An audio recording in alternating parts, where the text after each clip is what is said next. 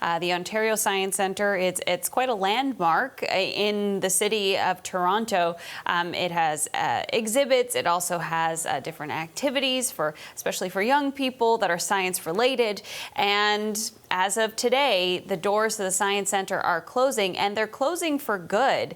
There will be staff getting the exhibits and everything out of the Science Centre over the next couple of months and moving it to an interim location, a temporary location. There had been plans to move the Science Centre to a new permanent location in another area of the city already for 2028. So now they need to bridge this 4-year period. Let's bring in the CBC's Sarah Galashan, who's been following along with us and listening into this news conference here. Sarah, some questions about the timing of this and why we're learning about it so suddenly, but it sounds like they just learned about how risky the roof situation is at the Science Centre this week.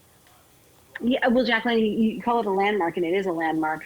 Some 55 years old, they say, and as well not a new headline that certainly people in Ontario will be surprised to be hearing about issues with this building, because that is something that has been making headlines now for a couple of years. And with last year, the government saying that they were moving, that the Ontario Science Centre would be moving, as you say, to Ontario Place. That's not supposed to necessarily happen until 2028. What they have got here is an engineering report that has told them that there are roof panels on all three of the roofs, the three buildings that make up the Ontario Science Centre, that are distressed, high-risk condition. Now, they say that they are safe up until the end of October, when snow starts to fall, and it's the snow on top of those panels that could cause the roof to collapse. That's the fear. And so while it is safe, there's a lot of stuff inside that Ontario Science Centre that needs to be moved out. And so that's what staff will be doing. You heard them say no staff will be losing their jobs, and they'll be looking over it to make sure that the building is safe, structurally sound as this is happening. But they've got to remove a great deal of exhibits to what will eventually be identified as a temporary location. They don't have that yet. That's the plan for the Ontario Science Centre. It goes to an interim location, and then eventually 2028 to Ontario Place. As for the location at Don Mills in Eglinton, which is this, as you call it, a landmark, iconic building, people of Toronto very familiar with it, unclear what will happen, what will be put in place there, but the repairs to the roof, and it's a complete, comprehensive replacement of the roof that they say is necessary, upwards or going to cost between $22 to $40 million, and take a period of time of 2 to 5 years in order to complete just that. And we know from previous reports that there is more that actually needs to be done to this building as it is hitting the 55-year birthday. There's lots of infrastructure related to that building that has to be improved. So like I say, 2 to 5 years, they've got lots of time to figure out, I guess, what's going to happen with that Don Mills Eglinton building. Yeah, Jacqueline? With those price tags on it, it makes you wonder if the repairs would be worth it. And I'm sure they're going to be considering that while they're thinking about the future for that site.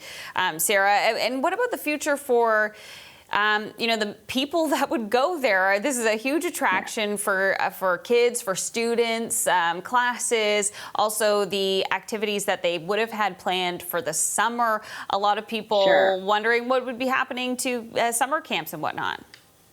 Yeah, let's talk about the immediate. I mean, certainly there's the tourists that would be hoping to go, the science enthusiasts, and the people who would have memberships through the summer. It's just a regular activity for those, particularly those who might live near to it, as something fun that they look forward to. But the summer camps also, people early on in the spring start signing up for those summer camps as a way to keep the kids busy throughout the summer. Parents need to be working. What they've said is that they have identified a school that is not far from this location, where they're going to be able to, free of charge to those who had enrolled in the summer camps at the Science Centre, they can go to this alternative camping set up at this school, and it will be of no charge. They'll be reimbursed. But because they were relying on that and looking forward to it, there will be some programming there. And as well, in the interim, as they look for this temporary location for the Science Center, they are working on some what they're calling mobile pop-up programming, science-related, obviously, things to keep